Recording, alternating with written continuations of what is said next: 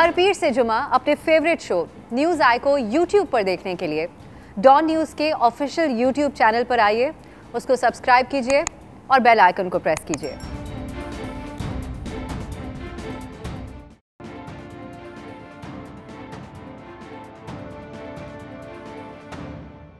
अस्सलाम वालेकुम, मैं हूं अब्सा कोमल। प्राइम मिनिस्टर इमरान खान साहब ने कल एक भरपूर रिलीफ पैकेज का ऐलान किया, लेकिन इसको अपोजिशन ने अवाम के लिए तकलीफ पैकेज और मजाक करार देकर मुस्तरद कर दिया है। शहबाज शरीफ ने कहा कि वजीर आजम को रिलीफ पैकेज के बजाय अपना इस्तीफा देना चाहिए था, जबकि पीपल्स पार्टी के चेयरमैन बिलावल भुट्टो ने कहा कि हुकूमत जिन 3 चीज़ों पर 30% रिलीफ की बात कर रही है वो पिछले 3 साल में 50% से ज़्यादा महंगी हुई हैं। प्राइम मिनिस्टर ने कल कौम से खिताब में मीडिया से भी ये कहा था कि हम मुस्बत रिपोर्टिंग करें, ठीक तरीके से ये जो मौशी हालात हैं इनको पेश करें, तो इसलिए हम प्राइम मिनिस्टर साहब के रिलीफ पैकेज की कहानी में कुछ मुस्बत अंदाज में पेश करने की अपनी तरफ से भरपूर कोशिश करेंगे। प्राइम मिनिस्टर ने 2 करोड़ ख़ानदानों के 13 करोड़ अफराद के लिए 120 अरब रुपए का पैकेज दिया, जिसको मज़ीद मुस्बत करने के लिए अगर हम इसका जिक्र करें तो हम कहेंगे 1 खरब 20 अरब रुपए ये बनते हैं। तो अब 2 करोड़ जो ख़ानदान हैं उनको 6 माह में 6,000 रुपये का रिलीफ मिलेगा। अब इसको अगर आप आगे डिवाइड करें 13 करोड़ अफराद के हिसाब से इसको देखें तो 153 रुपये फ़ी आदमी माहाना सब्सिडी होगी। तो इस पैकेज को हुकूमत की तरफ से तारीख़ी रिलीफ पैकेज करार दिया जा रहा है, जो अल्फाज हुकूमत इस्तेमाल कर रही है और उसको डिफेंड कर रही है। अवाम इस तारीख़ी पैकेज पर अब प्लानिंग कर रहे हैं। सोशल मीडिया पर तबसरे अगर आप देखें तो वो कहते हैं कि इतनी भारी रकम जो 153 रुपये की एक महीने में बचेगी उसका हम क्या करें इस दौर में महंगाई के। लेकिन एक और चीज़ ने मज़ीद परेशान कर दिया, जो प्राइम मिनिस्टर साहब ने कल पेश की इत्तलात दे दी कि पेट्रोल भी मज़ीद महंगा होगा और सर्दियां जो अब आ चुकी हैं, मौसम सर्द हो चुका है, वो वहाँ उस मौके पर गैस में भी की कीमतें भी बढ़ेंगी और किल्लत का भी हम शिकार हो जाएंगे।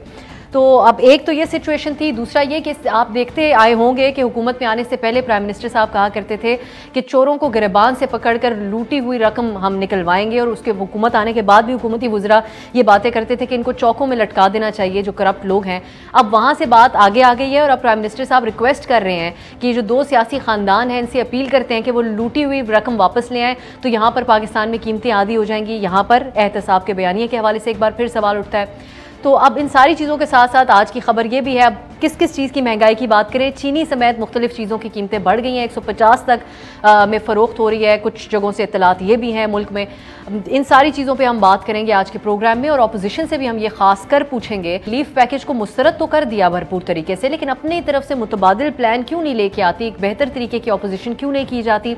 और ये ख़ास हमारा सवाल होगा अपोजिशन से कि वो क्यों नहीं वो रिक्वेस्ट करते जिन ख़ानदानों की तरफ प्राइम मिनिस्टर ने इशारा किया और उनकी लीडरशिप है जो अपोजिशन की, उनसे कि वो अपनी बाहर रखी हुई रकम को वापस ले आएँ, अगर यही एक हल है पाकिस्तान की आवाम की मुश्किलात ख़त्म करने का। और इसके अलावा दीगर भी जो इश्यूज़ होंगे वो हम ज़ेरे बहस लेकर आएंगे। करप्शन के हवाले से प्राइम मिनिस्टर साहब ने यह भी कहा कि जो अपोजिशन लीडर हैं शहबाज शरीफ, उनसे इसलिए वो हाथ नहीं मिलाते क्योंकि उनके हाथ करप्शन से रंगे हुए हैं। तो फिर आगे मामलात कैसे चलेंगे। आज एक और ख़बर भी है, पंजाब हुकूमत ने 1 लाख सरकारी मुलाजमतों का भर्तियों का ऐलान किया है। इस हवाले से क्या आवाम को कितना रिलीफ मिलेगा, क्या ये एक महज सियासी नारा तो नहीं है इस सूरत हाल में। अब ये तो हम देख रहे हैं कि अवाम को रिलीफ नहीं मिल रहा। अवाम को रिलीफ मिले या ना मिले, TLP को रिलीफ ज़रूर मिल चुका है, जिसके साथ मुआहिदा तो अभी तक सामने नहीं आया, लेकिन इस मुआहिदे पर अमल दरामद हमें होता हुआ नज़र आ रहा है। आज मज़ीद 100 TLP के कारकुनों की रिहाई और 90 अफराद के नाम शेड्यूल फोर्स से निकालने की मंजूरी हुई। फिर लाहौर हाई कोर्ट में साद रिजवी की ज़मानत के खिलाफ जो अपील थी उसको वापस ले लिया गया। आज की एक ये भी खबर है कि TLP पर से पाबंदी भी ख़त्म कर दी गई है, यानी वो अब कलअदम भी नहीं रही। और PTI इस जमात के साथ भरपूर इंतखाबी इत्तेहाद का ऐलान भी कर चुकी है, जो आप लोगों के सामने है। तो सवाल यह है कि TLP के सियासी मैदान में आने से किस पार्टी को फ़ायदा और किस को नुकसान होगा, इस पर भी हम सियासी रहनुमाओं की राय जानेंगे। और एक और मामले का जिक्र भी कर लेते हैं। प्राइम मिनिस्टर ने इस मामले पर चुप रहने की हिदायत की थी अपने वज़रा को, लेकिन मुतज़ाद बयानात का सिलसिला अभी भी जारी है। शेख रशीद ने कहा कि उनकी जब भी साद रिजवी से बात हुई उन्होंने फ्रांस के सफ़ीर के मामले पर अपना मौक़िफ़ सामने रखा, लेकिन मुफ्ती मुनीबुर रहमान साहब जो हैं वो उनका बयान आपके सामने है। उन्होंने कहा था कि जो ऐसा बयान देते हैं वज़रा वो झूठे हैं। कौन सच्चा है कौन झूठा, प्रोग्राम में जानने की कोशिश करेंगे। एक ब्रेक की तरफ जाते हैं। जब वापस आएंगे तो जमातों के नुमाइंदगान हमारे साथ मौजूद होंगे।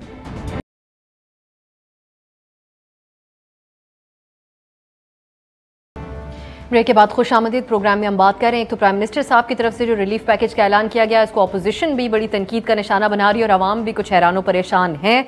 और दूसरे हिस्से में प्रोग्राम के कुछ TLP के मामला जिस तरीके से सुधरते जा रहे हैं लम्हा ब लम्हा, उसका भी जिक्र होगा।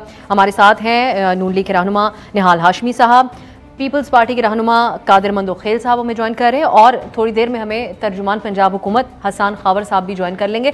निहाल साहब, आपसे मैं आगाज़ इस बात के साथ करना चाहती हूँ कि प्राइम मिनिस्टर साहब ने बहुत पुरएतमाद अंदाज में कल ये बात कही कि ये जो दो ख़ानदान हैं, ये अगर अपना आधी दौलत भी बाहर से वापस ले आए पाकिस्तान में तो सारे मसले यहाँ के हम यहाँ पे कीमतें आधी कर देंगे। तो अगर दारो मदार इन दो ख़ानदानों के पैसों पे है जो बाहर पड़ा हुआ है, तो आप लोग अपनी लीडरशिप से क्यों नहीं कहते कि वो अपनी दौलत वापस ले आए, पाकिस्तानी अवाम के सारे मसले हल हो जाएंगे? बिस्मिल्लाहिर्रहमानिर्रहीम। चूंकि मैं बुनियादी तौर पे एक वकील हुआ, सारा दिन बार में इस पे डिस्कशन होता रहा और सारे लोग हंसते रहे कि हम कौन से निज़ाम सिक्का या कौन से दौर में हैं। दुनिया में कोई मुल्क जो चलता है, जो उसकी मार्केट चलती है, जो महंगाई होती है, जो सस्ताई होती है, उस निज़ाम को बेहतर तौर पे चलाने से होती है।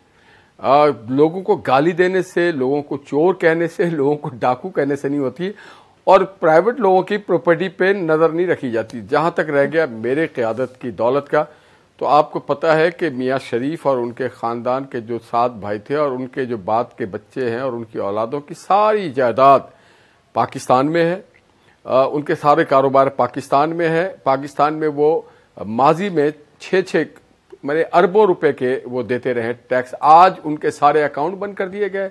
यहाँ तक कि जो मरियम नवाज है उनका भी अकाउंट सारा सीज किया गया है, उनके ऊपर जाली केस बना दिए गए ताकि इससे सिर्फ उस खानदान को नुकसान नहीं हुआ, मजदूरों को नुकसान हुआ, बेरोजगारी हुई, प्रोडक्शन कम हो गया, रेवेन्यू कम प्रोड्यूस होता रहा, GST कम मिल रहा है, टैक्स कम।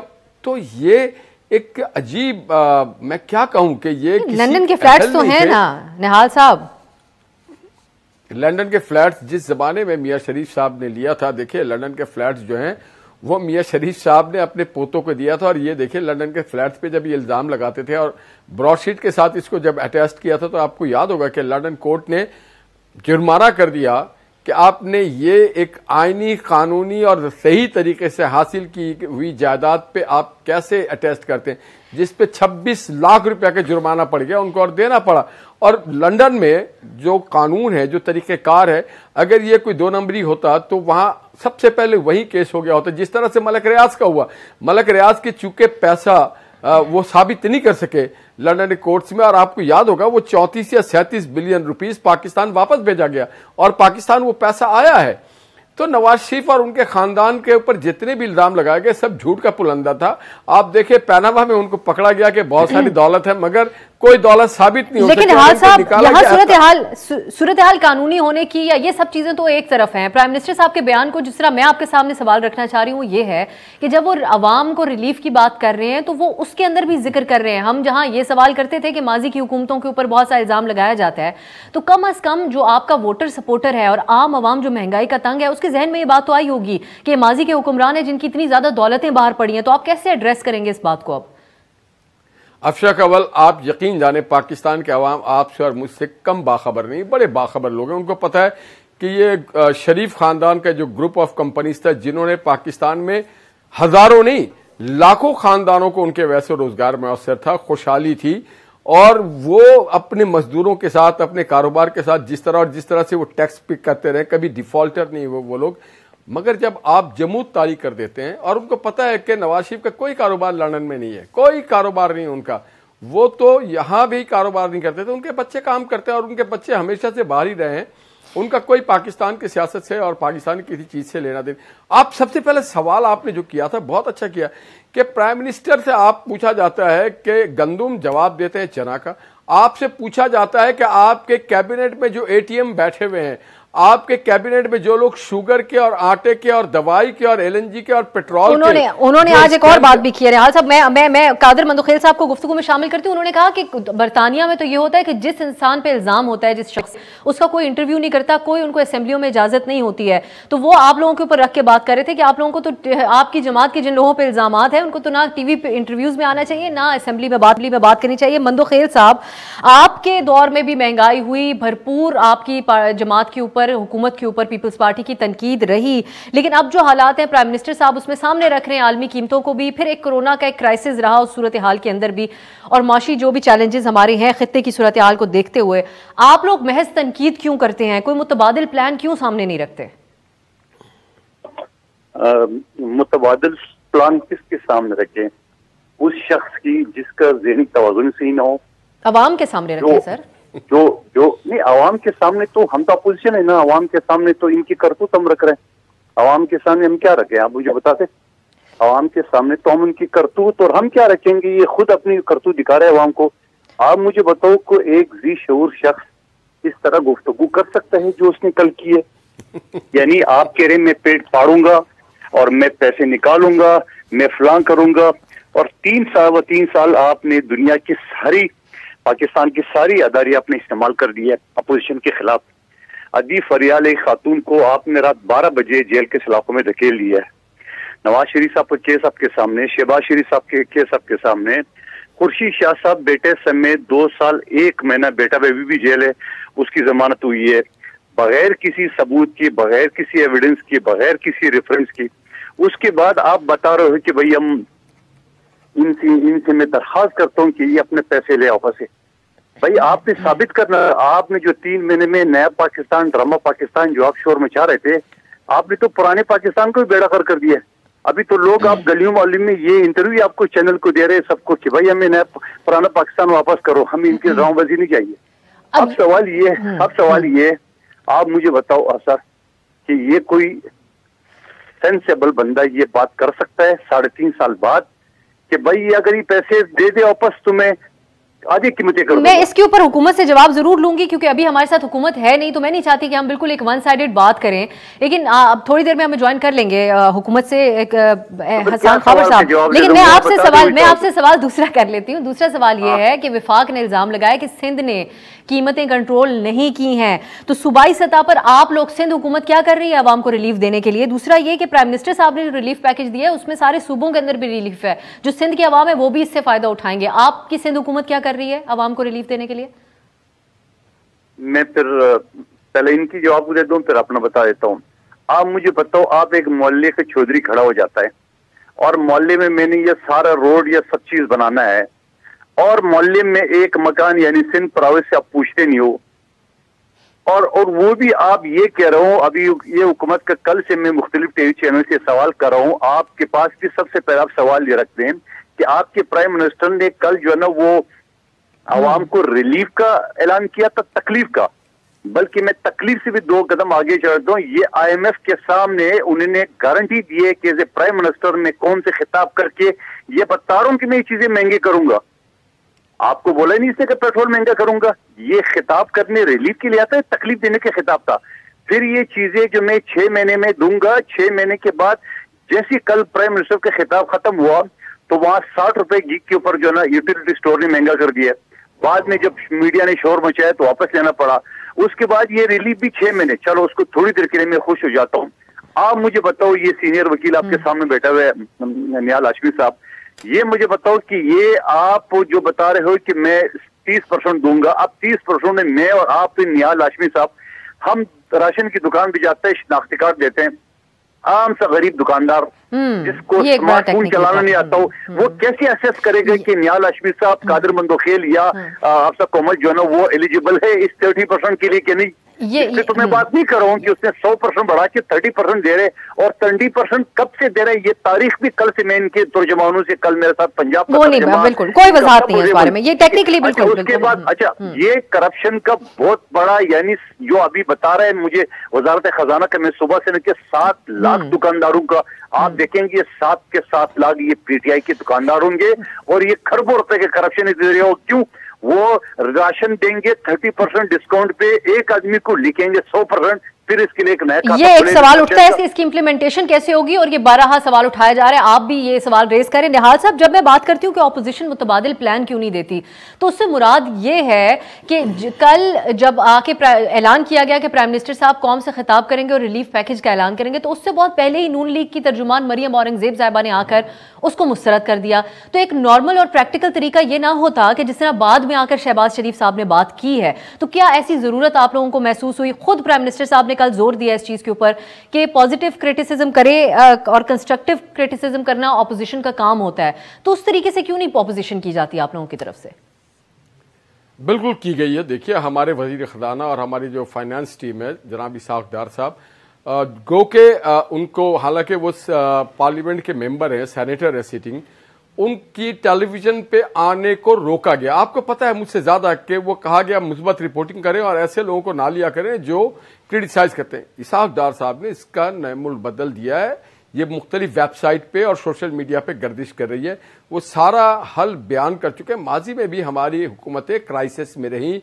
जब मार्शल लॉ का खात्मा हुआ तो इसाक डार साहब और मोहम्मद नवाज शरीफ साहब की क़यादत में हम एक ऐसी हुकूमत और ऐसा निज़ाम वादे कर चुके थे जिसमें सीपैक के थ्रू 60 अरब भी आ रहा था, हमारे पास इन्वेस्टमेंट भी आ रही थी, हम नौजवानों को कर्जे भी दे रहे थे, आटा भी सस्ता था, बिजली भी सस्ती थी, हम बिजली के कारखाने भी लगा रहे थे, हम रोड भी बना रहे थे, हम हॉस्पिटल्स भी बना रहे थे, हम कॉलेजेस भी बना रहे थे, हम तनख्वाहों में इजाफा भी कर रहे थे, लॉ एंड ऑर्डर भी बेहतर कर रहे। तो हमारे पास मुतबादिल है। और देखिए, सबसे पहले शहबाज शरीफ साहब ने पहली तकरीर में कहा था कि जनाब प्राइम मिनिस्टर आप आए, हम पाकिस्तान के खातिर आपके साथ बैठ करके मिसाके मईशत करना चाहते हैं। मिसाके मईशत अगर हो चुका होता तो आज पाकिस्तान का ये हाल नहीं था। और ये हम समझते हैं हमारी भी जिम्मेदारी है कि हम सही रहनुमाई करें, वो कंस्ट्रक्टिव बात करें। बहुत पहले शहबाज साहब ने कहा, और शहबाज साहब के वो इल्जाम लगा रहे हैं कि इन पे इल्जाम है। शहबाज साहब पे इल्जाम नहीं है, ये एक ठोसा गया इल्जाम है, एलेज। ये FIA और नैब को इमरान खान ने पाबंद किया है कि शहबाज साहब को अंदर रखो। क्यों? जब उनको जमानत दी जाती है तो उसमें कोर्ट की वर्डिक्ट है, मेरी नहीं, कि ये 22 महीने जेल में रहने के बावजूद इनके खिलाफ कोई ठोस शवाहिद नहीं थे, एक पैसा का ये कोई चीज साबित नहीं कर सके। ये एक इल्जाम था और इल्जामात से हुकूमत बात सारी। एक और चीज भी बताएगा निहाल साहब, एक और चीज भी बताएगा। ये तो हो गई, आपकी बात बिल्कुल एस्टैब्लिश हो गई। सिंध के हवाले से जो विफाक ने, आप खुद सिंध में होते हैं, कराची में, उन्होंने कहा है कि ये हम पे सिंध हुकूमत क्या क्रिटिसिज्म कर रही है, ये तो खुद अपना प्राइसेस कंट्रोल नहीं कर पा रहे हैं सिंध के अंदर। तो क्या हालात हैं अवाम के सिंध में? देखिए, जो हालात पूरे पाकिस्तान में है वही हालात है, मुख्तलिफ नहीं। उसकी वजह इमरान खान साहब ने 12 और उनके वज़रा ने वादा किया कि सिंध को और कराची को वो देंगे, कोई पैकेज देंगे। 1100 अरब का कहा, फिर 900 को कहा, और वो जो सिंध का हिस्सा है वो उन्होंने नहीं दिया। बस सिर्फ एक काम करते रहे, जो मंसूबे मोहम्मद नवाज शरीफ साहब ने सिंध में किए हुए थे वो जब तकमील को पहुंचता है तो आकर के एक तख्ती लगा देते हैं। तो इस तरह से तो गवर्नेंस नहीं होता ना। आप देखिए, कराची से सबसे ज्यादा रेवेन्यू जाता है, मगर कराची को वो पैसे वापस नहीं किए जा रहे हैं। और कराची के लोगों ने इन पे मेहरबानी की थी कि इनके मैक्सिमम नुमाइंदे भेजे थे, और ये सिर्फ जबानी जमा खर्च और लफाजी करते हैं। मैं फिर कहूंगा कि ये अपना अकाउंट बताएं, अपने रिश्तेदारों का, अपने दोस्तों का, अपने ATMs का बताएं कि जो लोग इनके राइट लेफ्ट थे आज ये अरबापति बन गए, कोई किसी को पकड़ने वाला नहीं। ये पाकिस्तान का सबसे बड़ा स्कैम है। PTI के माने है स्कैंडल, PTI के माने है करप्शन, PTI के माने है पाकिस्तान के लोग को, जैसे अभी मंदुखेल ने कहा, रिलीफ नहीं तकलीफ से भी कोई चीज आगे हो सकती तो वो दिया जाए। PTI के माने है मीडिया पे बंदिश लगाना, PTI के माने है कि कानून का मजाक उड़ाना। हर महीने में 3 ऑर्डिनेंस ले आते हैं, एक ही ऑर्डिनेंस के 3 ऑर्डिनेंस ले आते हैं। PTI के माने कि हर इदारे को अपने मातहत करना। PTI के माने हैं कि मुल्क में एक ऐसे हालात कर दें कि लोग खाना जंगी पे रोटी के लिए राइट हो जाए या पानी के लिए राइट हो जाए। देखिए, राइट सिर्फ कॉम्युनल नहीं होता है, बात जगहों पे रोटी पे भी राइट हो जाता है, पानी पे भी राइट हो जाया करता है। और ये वो आपको याद होगा फ्रांस में जब शहजादी ने कहा था कि अगर रोटी नहीं मिलता तो आप केक खा लें, तो ये उससे ही मुख्तलिफ नहीं है। इमरान खान साहब को और उनके जो हवारी और जो उनको लाए और जो उनको सपोर्ट करते हैं, आज वो सड़कों पे आए, लोग उनको जिस अंदाज में याद करते हैं, ये तो यहिया खान 2 है। ये यहिया खान 2 है, उससे भी बदतरीन हालात पे पाकिस्तान को एक ब्रेक की तरफ मुझे जाने निहाल साहब। ये जो आपने मिसाल दी, इस तरह की बातें तो खैर हर दौर में होती आई हैं। बेशक इस हुकूमत में बहुत से वज़रा ने मजाक उड़ाया अवाम के हालात का, लेकिन इससे पहले भी हम देखते आ चुके हैं। नून लीग के दौर में भी ये कहा गया था कि अगर दाल महंगी है तो चिकन खा लिया जाए। एक ब्रेक की तरफ जाएंगे, वापस आके मैं आप लोगों से ये भी जानना चाहूंगी और कोशिश करूंगी हुकूमत हमें ज्वाइन कर ले। आज हुकूमत बहुत मसरूफ है कि जो प्राइम मिनिस्टर साहब ने कहा है जिनके हाथ करप्शन से रंगे हुए हैं उनसे वो हाथ नहीं मिलाएंगे। तो फिर अब यही समझा जाए कि किसी भी मामले के ऊपर नई मुशावरत होने वाली ऑपोजिशन से प्राइम मिनिस्टर साहब की तरफ से। एक ब्रेक के बाद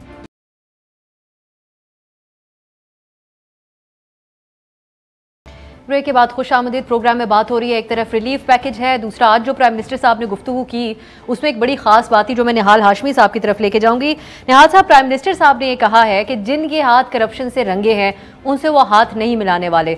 तो हम तो इस तरफ देख रहे थे और ये सवाल हो रहा था कि क्यों ऑपोजिशन के साथ कंसल्ट नहीं करती हुकूमत मुख्तलिफ मामलात के ऊपर। तो ये उनकी तरफ से वाज़ेह जवाब है। जहां आप लोग प्राइम मिनिस्टर को सिलेक्टेड कहते हैं, आप और ऑपोजिशन, वहीं प्राइम मिनिस्टर ने आज वाज़ेह अपना मौक़िफ़ बता दिया कि ये वजह है जिसलिए आप लोगों को एतमाद में नहीं लिया जाता।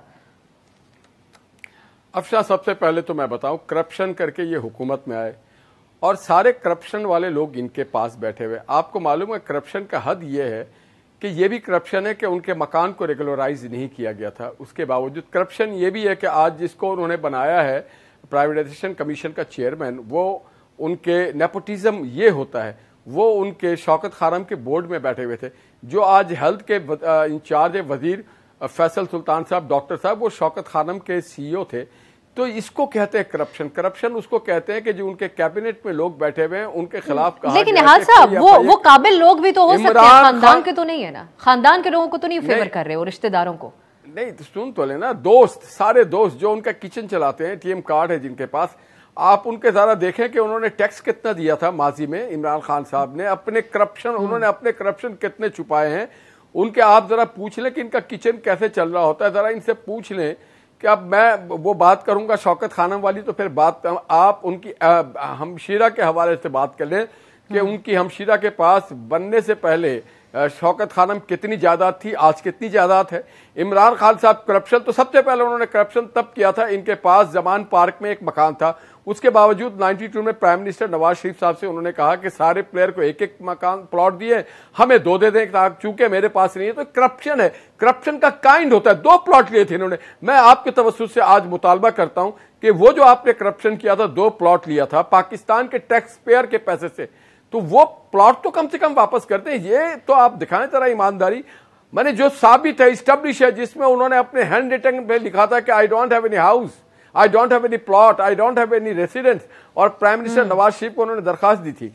तो करप्शन के तो मुजिद हैं। करप्ट से तो शुरू होता है PTI का गेम और करप्शन पे खत्म होता है। भूल गए आप जो जहाज पे भर भर के लाया जा रहा था MNS को और MPS को और ला के ज्वाइन किया जा रहा था। हम नहीं भूले नदीम बाबर साहब को, हम नहीं भूले LNG को, हम नहीं भूले हैं उसको खुसरो साहब को, हम नहीं भूले हैं आज तक आमिर कियानी को, और हम क्या पाकिस्तान की कौम नहीं भूली है कि कौन कहां कितना करप्शन में मुलविस था, हमें सब याद है।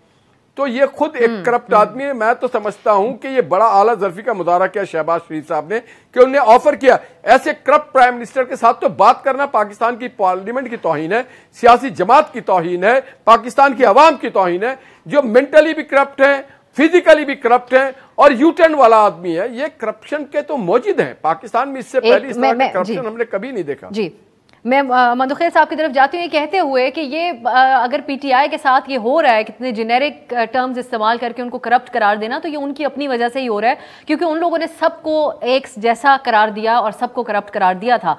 मंदुखेल साहब, प्राइम मिनिस्टर साहब ने आज ये भी कहा कि वेस्ट में या बरतानिया में, एग्जाम्पल देते हुए उन्होंने कहा कि अगर किसी पे करप्शन का इल्ज़ाम हो तो ना तो वो TV इंटरव्यूज़ में जाता है, ना वो असेंबलियों के अंदर तकरीर कर सकता है। तो मैं दोबारा यही कहूँगी कि उन्होंने वाजे कर दिया उस गिले के ऊपर जो आप ऑपोजिशन करते थे कि कंसल्ट नहीं करते प्राइम मिनिस्टर साहब ऑपोजिशन को। वो वाज़े तौर पे कह रहे हैं कि आप लोग सब करप्ट हैं। तो अब लगता यही है कि जितना अरसा मजीद हुकूमत बाकी आप लोगों के साथ कोई किसी किस्म की कंसल्टेशंस नहीं होंगी। अफसा में ऐसी ज़हनी तवाज़ुन जो खो बैठा हो बंदा, उसकी किसी कंसल्टेशन की हमें जरूरत नहीं है।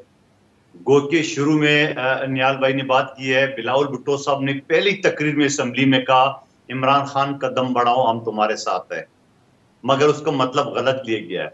अगर ये इतने यूरोप और अमेरिका के फैसलों के ऊपर अमल दरामद का ये ख्वाहिशमंद है और हाकिम है, तो जरा अमेरिकन कोर्ट का एक फैसला भी मौजूद है ना, जिसका अली ज़ैदी कस्टोडियन है ना। मैं असम्बली में बार बार कह चुका हूँ, जवाब कोई नहीं देता। जरा फैसले पर अमल करे ना, उस फैसले पे इतना शर्मिनाक वो है कि ये सादिक अमीन क्या, ये पता नहीं कहां से कहां चला जाएगा। बात ये है दर्स कौन दे रहा है हमें, जिसके बाएं बगल में भी करप्ट बैठे हुए, दाएं बगल में क्या। और एक शख्स आप सामने आपसे पूछना चाह रहा हूं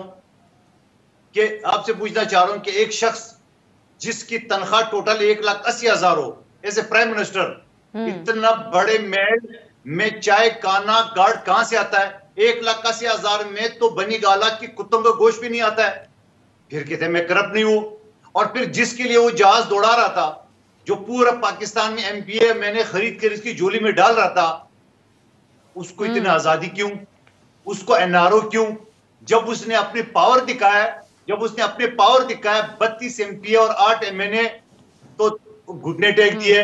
पूछता चलना चाहता हूं नियाल हाशमी साहब से, पाकिस्तान की तारीख में आपने भी वकालत की है, कभी ऐसा मुकदमा देखा है जो एक SHO का FIR नहीं, एक बकायदा कमीशन का रिकमेंडेड केस और उसमें चीनी आटा चोर मुलजिमान की निशानदेही हुई है और मुलजिमान अदालत से बेल वापस लेते हैं और FIA और नेब कहते हैं हमें रिक्वायर्ड नहीं है मुलजिम। जहांगीर तरीन साहब की बात कर रहा हूं, क्या उसने मुकदमा वापस नहीं लिया? कभी पाकिस्तान में मैंने तो कम से कम 28 साल के प्रैक्टिस में ऐसा मुकदमा नहीं देखा। और फिर कहते हैं फिर भी चोर हम। काफ लीग जिसको डाकू कहते थे, पंजाब असेंबली का स्पीकर बैठा हुआ है। शेख रशीद जिसको ये चपरासी भी नहीं रख रहा था, आज वो 2-2,500 सीटों पे पाकिस्तान की सबसे बड़ी वजारत उसके पास है। और फिर आप कहते हैं ISI का चीफ मेरे इख्तियार में हो। तो आप ISI चीफ की बात तो छोड़िए, आपकी आधी काबिनेट का आपको पता नहीं कि कौन लोग है। ये मुईद सब कौन है? ये गैर मुल्की है। जो आपकी सलामती मुल्क जो है मुशीर है। आपका ये जो चेयरमैन गवर्नर स्टेट बैंक है, ये कौन है? IMF का आदमी है। आपका नेब के चेयरमैन कौन है? ये गरीब को ब्लैकमेल और इनकी तो वीडियो उनके पास है।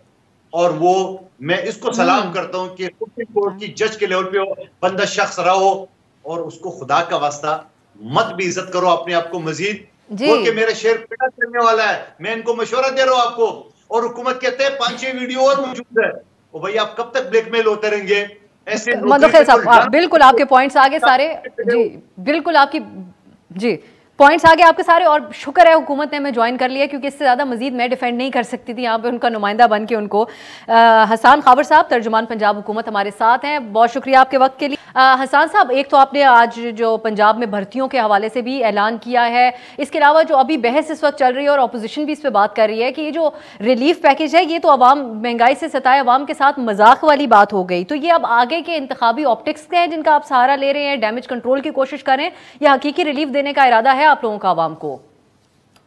अच्छा, दो आपने बड़ी अहम चीज़ों पर बात की, दोनों पर बात करते हैं। अपोजिशन के लिए भी मेरे कुछ गुजारिशात हैं, वो बाद में उस पर आते हैं।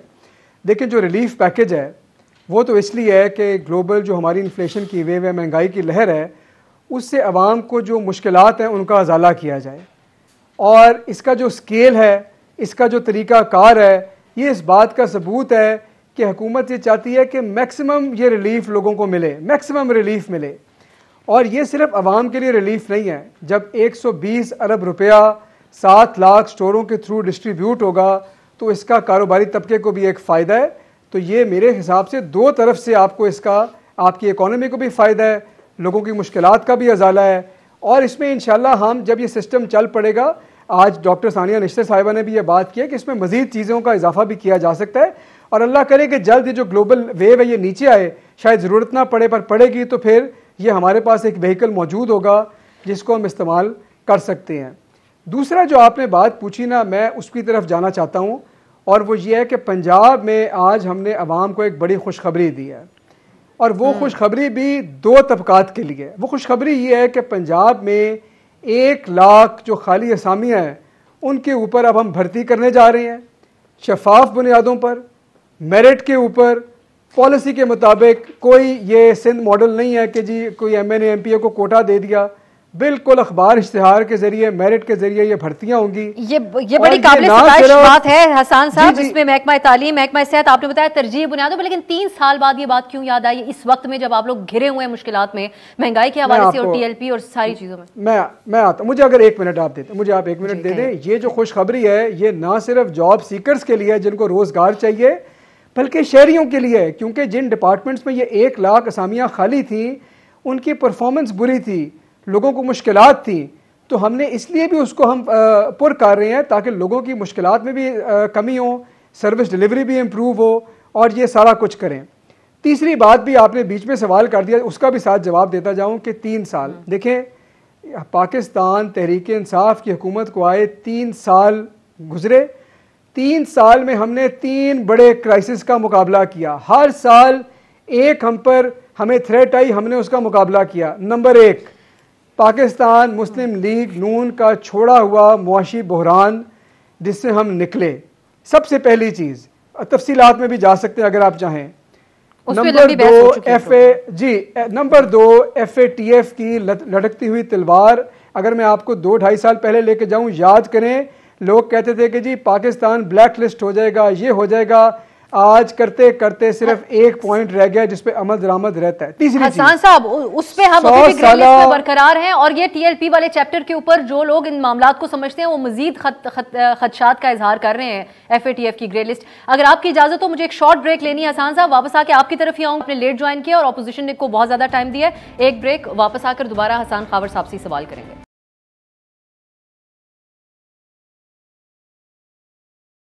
ब्रेक के बाद खुश आमदीद। निहाल साहब, आप अगर हसन साहब से सवाल करना चाहें तो करें, क्योंकि हमने आधा शो उनके बगैर कर लिया है, तो फिर उनसे ही हम 1-2 और मामलात के ऊपर भी जवाब देंगे और मंदोखेल साहब की तरफ भी शॉर्टली जाऊंगी। निहाल साहब, देखिए, पंजाब में पेंशनर्स हैं, डॉक्टर्स हैं, टीचर्स हैं, नर्स हैं और ब्लाइंड लोग हैं। क्या उनके मसाइल हल कर दिए गए वर्कर भर्ती करने से पहले? और दूसरा, क्या इसकी तहकीकात हो चुकी है? क्योंकि मुफ्ती मुनीबुर रहमान साहब ने पाकिस्तान के वजीर दाखिला और वजीर इत्तलात के बारे में कहा कि उनके मुंह में डैश है, तो क्या उनके मुंह में ये है? ये तहकीकात हो चुकी है या नहीं है? यही उस पर आ जाते हैं। हसन साहब, योर रिस्पॉन्स। देखें, बात यह है कि जब कोई हुकूमत खुशखबरी देगी, कोई अच्छी चीज़ देगी, तो अपोजिशन के सवालात इसी तरह के होंगे। अब इस सवाल का क्या जवाब हो सकता है? मैं तो आपको ये बता रहा हूँ कॉन्क्रीट बात जो हम करने जा रहे हैं, और ये जो नौकरियाँ दी जाएंगी, जो हमारी एम्प्लॉयमेंट पॉलिसी है, उसके अंदर जो हमारे डिसेबल्ड लोग हैं उनका भी कोटा है, ख़वातीन का भी कोटा है, उस हिसाब से दी जा रही है। हम ये पुराने फरसूदा मॉडल से निकल आए कि जी MPA को भी सीटें दें, MNA को भी दें। ये मेरिट का ज़माना है, ट्रांसपेरेंसी का ज़माना है, ये हम लेके चल रहे हैं। इसके ऊपर अगर सवाल है तो हमारे सर आंखों पे हम जवाब करते हैं, ऐसा ही हो, और हम चाहते हैं लोग इसको देखें। बिल्कुल जी। मैं आपके सामने एक और सवाल रखना चाहती हूँ। ये जो खबरें हैं, अब TLP के मामले के ऊपर आ जाते हैं, ये पंजाब के अंदर 3 अजला के पुलिस अफसरान की तब्दीली का फैसला है, खबर दुरुस्त है? जरा जो खबर दे रहे हैं। अच्छा देखें, ये पुलिस के अफसरों की तब्दीली जो है ना, पहली बात तो जो सूबे का चीफ एग्जेक्टिव है उसकी सवाबदीद है कि वो ये कर सकता है। वज़ीर आला पंजाब ने लाहौर की पुलिस के आज जायज़ा लिया है और उन्होंने कुछ लोगों के इंटरव्यू भी किए हैं, और इस सिलसिले में कुछ तब्दीलियां लाई जा रही हैं। ये फैसला TLP की रैली बरवक्त ना रोकने की बुनियाद पर किया गया है, इनकी तब्दीली, इन अफसरान की? नहीं, देखें बहुत सारी वजूहात होती है, ये आप पिन डाउन नहीं कर सकते कि ये एक वजह टाइमिंग इसकी ऐसी है। देखिए, टाइमिंग तो आप, इसका मतलब है कि अगर टाइमिंग ये तो हम 4 दिन कोई फैसला ही ना करें, जो भी फैसला करेंगे आप कहेंगे कलानत नदीम की वजह से किया है। हसन साहब, एक तरफ बगैर हथियारों के आपने एक बार फिर से पुलिस को आगे खड़ा कर दिया, पंजाब पुलिस को, उनका मुराल पहले ही डाउन है, तो उसमें इतने सीनियर अफसरान की तबादला इस मौके पर, तो क्या CM साहब की सोच है इसके पीछे? CM साहब की सोच ये है कि जो उनकी कारकर्दगी, परफॉर्मेंस, हमारी इंतज़ामी प्रायोरिटीज़, उनकी रोशनी में ये फैसले किए जा रहे हैं। अगर आप ये कहना चाह रही हैं तो मैं इसको क्लियर करना चाहता हूँ कि हमारे जो शहदाएँ हैं जिन्होंने अपनी जानों का नजराना दिया है, उनको हम खराज अकीदत पेश करते हैं, उनके साथ खड़े हैं, उनके खिलाफ तहकीकात हो रही हैं, जो लोग मुलव्वस उनके खिलाफ कार्रवाई होगी। हम उनके वरसा तो ये कहेंगे, हम भी उनके वरसा हैं, पूरी कौम उनकी वारिस है, हम उनके साथ खड़े हैं। मेरी आपसे दरख्वास्त है कि ट्रांसफ़र पोस्टिंग के मामलात को शहदा के साथ ना मिलाएं, वो उनको तो हमने सलूट पेश करने हैं अपने। ठीक है जी, लेकिन फिर भी मैं अगेन यही कहूँगी कि इसकी टाइमिंग इसी तरफ इशारा करती है। जो वज़ीर दाखिला के दरमियान और मुफ्ती मुनीबुर रहमान साहब के दरमियान के जो मामलात चल रहे हैं और फ़र्क हमें नज़र आ रहा है बयानात का, उसको हम किसी और दिन रेस करेंगे। मैं जाते जाते मंदोखेल साहब से एक सवाल करना चाहती हूँ। मंदोखेल साहब, खबर इस वक्त है और मुल्क भर में बड़ा गम व गुस्सा पाया जाता है, जो आप लोगों के MPA की तरफ से कराची में जाम ओवैस का नाम सामने आ रहा है, उनके मेहमानों की वीडियो वायरल होने पर नाजिम जोकियों का कत्ल कर दिया गया, ये इल्ज़ाम सामने आ रहा है। गिरफ्तारी क्यों नहीं अभी तक कोई अमल में आई, सिवाय उनके सिक्योरिटी गार्ड्स के जिनका नाम भी नहीं था सामने FIR में? अब साहब, इस बात को यकीनन अफसोसनाक वाकया है, MPA के खिलाफ FIR दर्ज हो चुकी है और उन एहतजाजियों में हमारे 2 MPA बैठे हुए हैं। आपने कभी किसी मुल्क में या पाकिस्तान की सूबे में नहीं कहा कि एमपीए के खिलाफ एफआईआर भी दर्ज हो गई और दूसरे एमपीए एहतजाजियों के साथ बैठे हुए जमीन पे। दूसरी बात यह कि ये जो एहसान साहब सवाल कर रहे, 1 करोड़ की नौकरी में 1 लाख भी आ गए और फिर हर एमएनए को 45 करोड़ ये फंड दे चुके हैं और इस साल के बजट में 68 अरब रखे एमपीए एमएनए के लिए। ये रिश्वत नहीं कहूं तो क्या कहूं? मेरे पास वक्त खत्म हो गया। मैं मजीद इसके ऊपर बात करना चाहती थी कि पहले स्टेप के तौर पे एक गिरफ्तारी क्यों नहीं आई है इस सिलसिले में, या उनकी कम अज़ कम रुकनियत के हवाले से कोई बयान देते आप लोग सिंध हुकूमत वाले। लेकिन आने वाले दिनों में इसको एक्सप्लोर करेंगे। बहुत शुक्रिया आपका कादिर मंदुखेल साहब, निहाल हाशमी साहब और हसन खावर साहब, आप तीनों ने प्रोग्राम के लिए वक्त निकाला। नाज़रीन, आपने गुफ्तगू सुन ली रिलीफ पैकेज के हवाले से भी, फिर TLP के लिए। आज तो अच्छी से अच्छी खबरें ही थी सारी। आने वाले दिनों में देखते हैं कि ये मामला किस तरफ जाते हैं। आज के लिए इजाज़त दीजिए, खुदा हाफिज़।